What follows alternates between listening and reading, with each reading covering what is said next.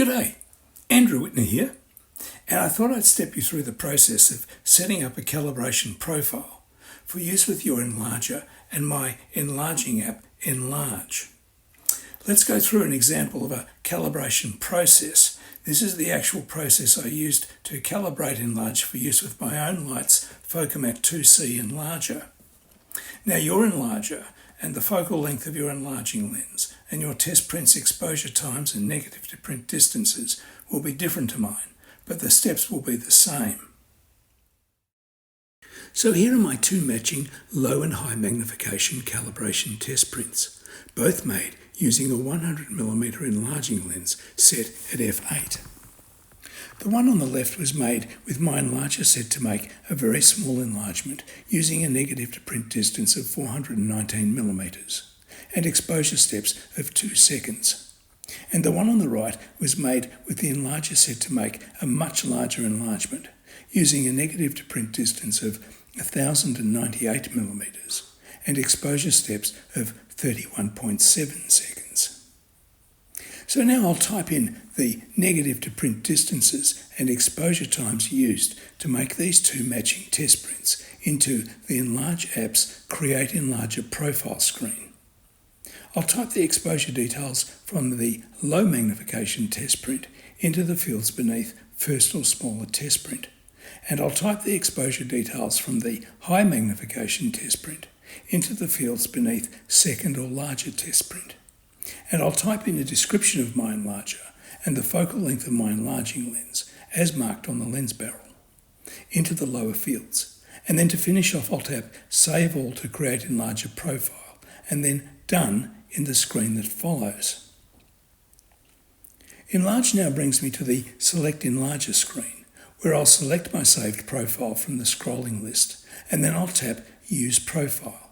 And enLARGE now brings me to the main enlarge work screen with my selected profile loaded into it, ready for use in enlarging, as confirmed by a listing of my selected profile in the lower part of the screen.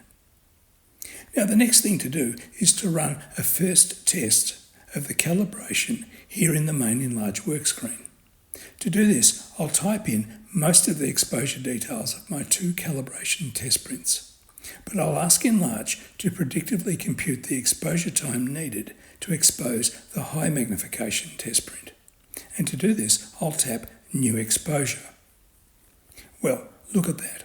enLARGE is telling me to use an exposure time of 25.3 seconds, whereas I know that the correct required time is actually 31.7 seconds. This error in the computation means that my calibration profile needs to be adjusted. And to do this, I'll return to the enlarger's calibration profile screen and I'll edit the value of its matching exposure time to a higher value, which will have the effect of making the predictively computed exposure time back in the main enlarge work screen compute to a higher value also, higher than 25.3 seconds, and hopefully to reach the value of 31.7 seconds. Of course, if enLARGE was telling me to use a longer exposure time than 31.7 seconds, then I'd reduce the matching exposure value instead, and this would have the effect of reducing the predictively computed exposure time, hopefully back to 31.7 seconds too. So in this case, how much higher should this matching exposure value be? I can't tell you, and you'll need to find the correct value for yourself by trial and error. I eventually found that when I used the matching exposure value of 43.4 seconds and resaved the profile and returned to the main enlarge work screen and retested it by entering the details from the low and high magnification test prints again, then enLARGE correctly predictively computed the exposure time of 31.7 seconds. So now my calibration has been suitably adjusted, and I'll leave it at that. So now I'm ready to make my first matching enlargement using enLARGE. And as a further and final test of my calibration, my first matching enlargement will be the actual production of a quick and easily produced third calibration test print, which will further test the accuracy of my calibration by checking to see that it actually works correctly for the exposing of other intermediate enlargement magnifications too.